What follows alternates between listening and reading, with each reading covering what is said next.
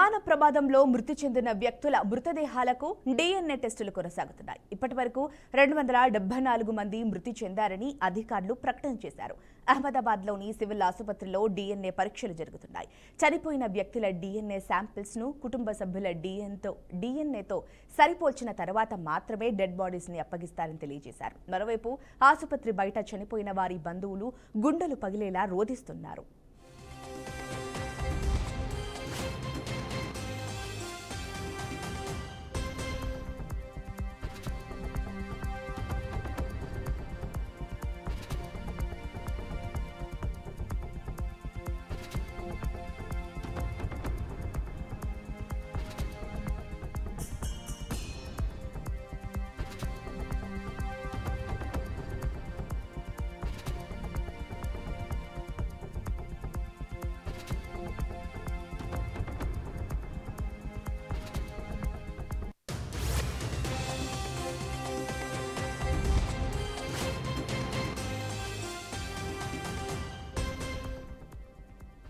విమాన ప్రమాదంలో మృతి చెందిన వ్యక్తుల మృతదేహాలకు డిఎన్ఏ టెస్టులు కొనసాగుతున్నాయి. ఇప్పటివరకు 274 మంది మృతి చెందారని అధికారులు తెలియజేశారు.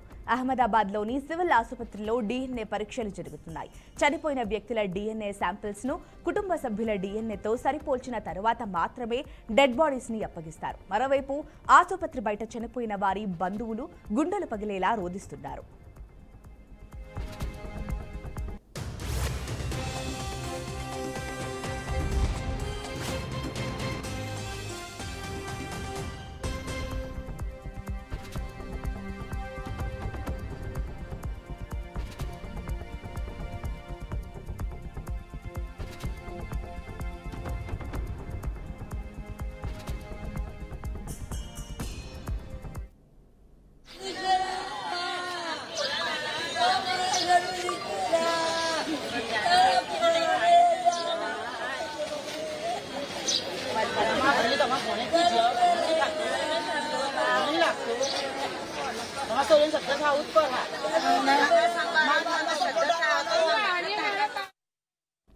రైట్, ఇక ఇదే ఘటనకు సంబంధించి మరింత సమాచారం మా అవుట్పుట్ ఎడిటర్ వెంకట్ అందిస్తారు. చెప్పండి వెంకట్.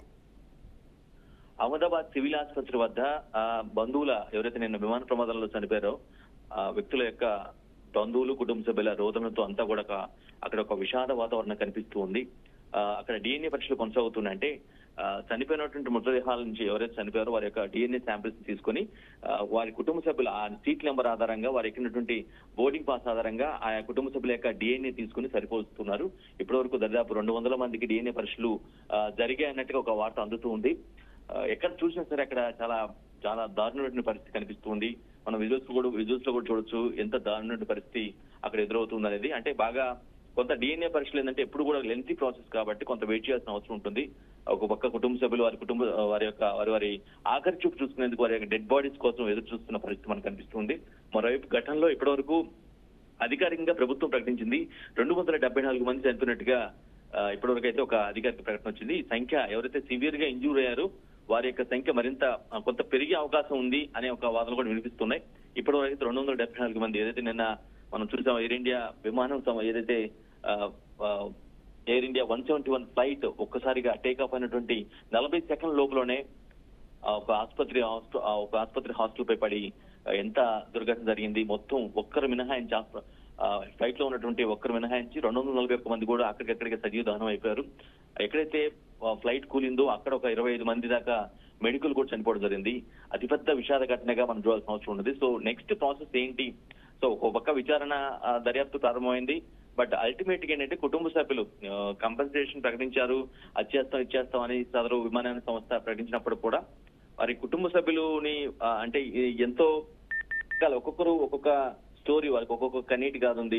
కొంతమంది వారి తల్లిదండ్రులు చూసేందుకు వెళ్ళడానికి, కొంతమంది వారి భర్త బర్త్డే జరుపుకునేందుకు, కొంతమంది అక్కడ సెటిల్ అయ్యేందుకు, తల్లిదండ్రులు చూసి మళ్ళా లండన్ తిరిగి ప్రయాణం అవుతూ ఇలా చాలా మంది ఒక్కొక్క కన్నీటి కదా. వారంతా కూడా తమ వద్దకు వస్తారనుకున్నట్టు వ్యక్తులు అందరూ కూడా అంటే వారి కుటుంబ సభ్యుల యొక్క భావన చాలా కన్నీటి పర్యంతంగా అవుతూ ఉంది.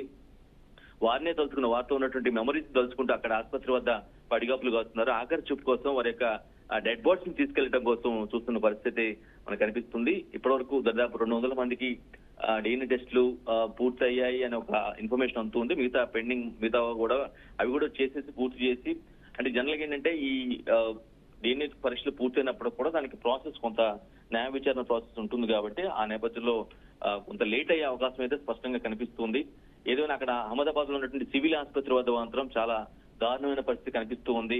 ఎటు చూసినా ఎవరిని కదిలించినా సరే కన్నీటి గాథలే, గుండెలు పగిలేలా ఏడుస్తున్న పరిస్థితి కనిపిస్తుంది. మరి ఎవరికి కూడా ఇటువంటి పరిస్థితి రాకూడదు, ఇటువంటి దుస్థితి రాకూడదు అని, ఎందుకంటే సెకండ్స్ లోనే ఫ్లైట్ టేక్ అయినటువంటి సెకండ్స్ లోనే కూలిపోవడం.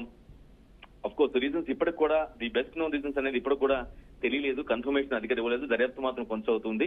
మరోవైపు ఏదైతే కార్యక్రమం చేయాల్సిన వారి యొక్క అంత్యక్రియలు అయితే చనిపోయిన వ్యక్తుల యొక్క వారి కుటుంబ సభ్యులు ఆ డెడ్ బాడీస్ తీసుకుని లాస్ట్ రైట్స్ నిర్వహించాల్సిన అవసరం ఉంటుంది కాబట్టి వాటి కోసం ఎదురు చూస్తున్నారు. ఈ డిఎన్ఏ ప్రాసెస్ కొంత లేట్ అవడం వల్ల కూడా అక్కడ కొంత ఇబ్బందికర పరిస్థితి ఎదురవుతూ ఉంది. ఝాన్సీ. Thank you Venkat.